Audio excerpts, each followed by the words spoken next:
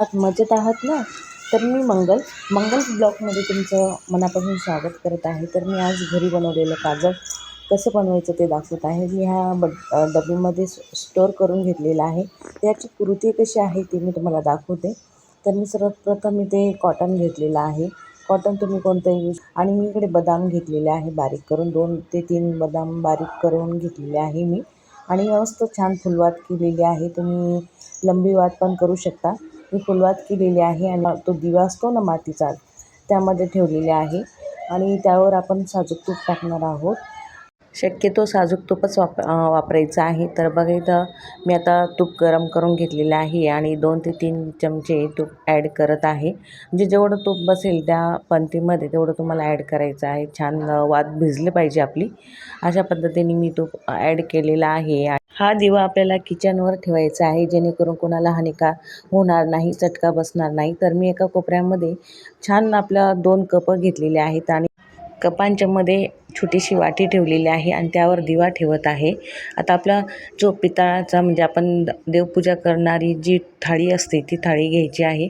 दिवा छान पेटवून घ्यायचा आणि पेटल्याच्या नंतर आपण जी पूजा करण्यासाठी ती थाळी वापरतो तीच वापरायची आहे शक्यतो. मी त्यामध्येच काजळ बनवत असते आणि आताही मी त्याच थाळीचा उपयोग करणार आहे. तर बघा ही जी पूजेची थाळी आहे ही मी स्पेशल काजळ बनवण्यासाठीच केलेली आहे, म्हणून ती थोडीशी काळी झालेली आहे. तर अशा पद्धतीने आपण झाकून ठेवायचं आहे आणि 2 ते 2.5 तासाच्या नंतर बघा आपलं काजळ रेडी झालेलं आहे. छान काजळी आलेली आहे.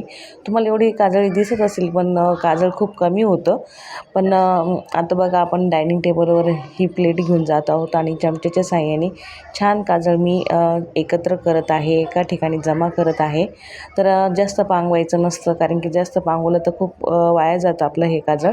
आणि आता ही बघा ही पावडर झालेली आहे. यामध्ये आपल्याला थोडंसं साजूक तूप टाकायचं आहे. तर मी यामध्ये साजूक तूप टाकत आहे. आता सगळं जमा करून घ्यायचं आहे. सर्व जमा झाल्याच्या नंतर आपण त्यामध्ये थोडंसं तूप गरम करून टाकणार आहोत.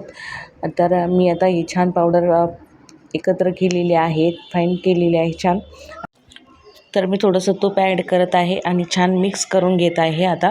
तर आपण हे बघू आता थोडंच तूप टाकायचं आहे, नाहीतर कसं आपलं काजळ पतलं होऊ शकतं. तर त्याकरता आपल्याला थोडंसं त्यामध्ये तूप ॲड करायचं आहे.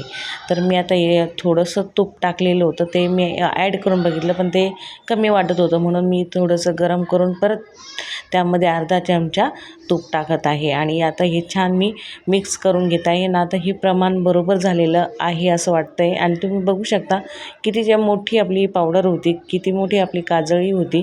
पण आता हे अर्धा चमचाच आपलं काजळी झालेलं आहे आणि हे इकडे तिकडे मी फिरवत आहे ना. तर मी सर्व काढायचा प्रयत्न करत आहे, पण ते एकाच ठिकाणी करायला हवं होतं, कारण बाकीच्या ठिकाणीसुद्धा ते वाया जातं आणि एकाच ठिकाणी तुम्ही कालवायचं आहे, कारण की मी हे सगळीकडेच लागलेलं आहे माझं.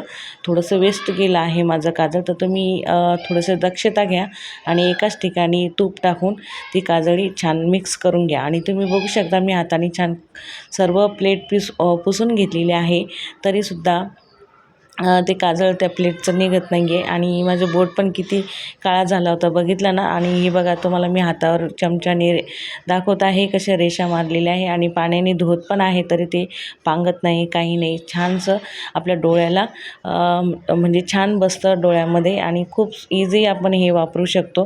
तर अशा पद्धतीने मी ह्या काचेच्या बॉटलमध्ये स्टोअर करून घेतलेले आहे आणि ही काचेच्याच बॉटलमध्ये आपल्याला हे काजळ ठेवायचं आहे. खूप दिवस टिकतं. अशा पद्धतीने तुम्ही नक्की काजळ करून बघा. कसा वाटला व्हिडिओ?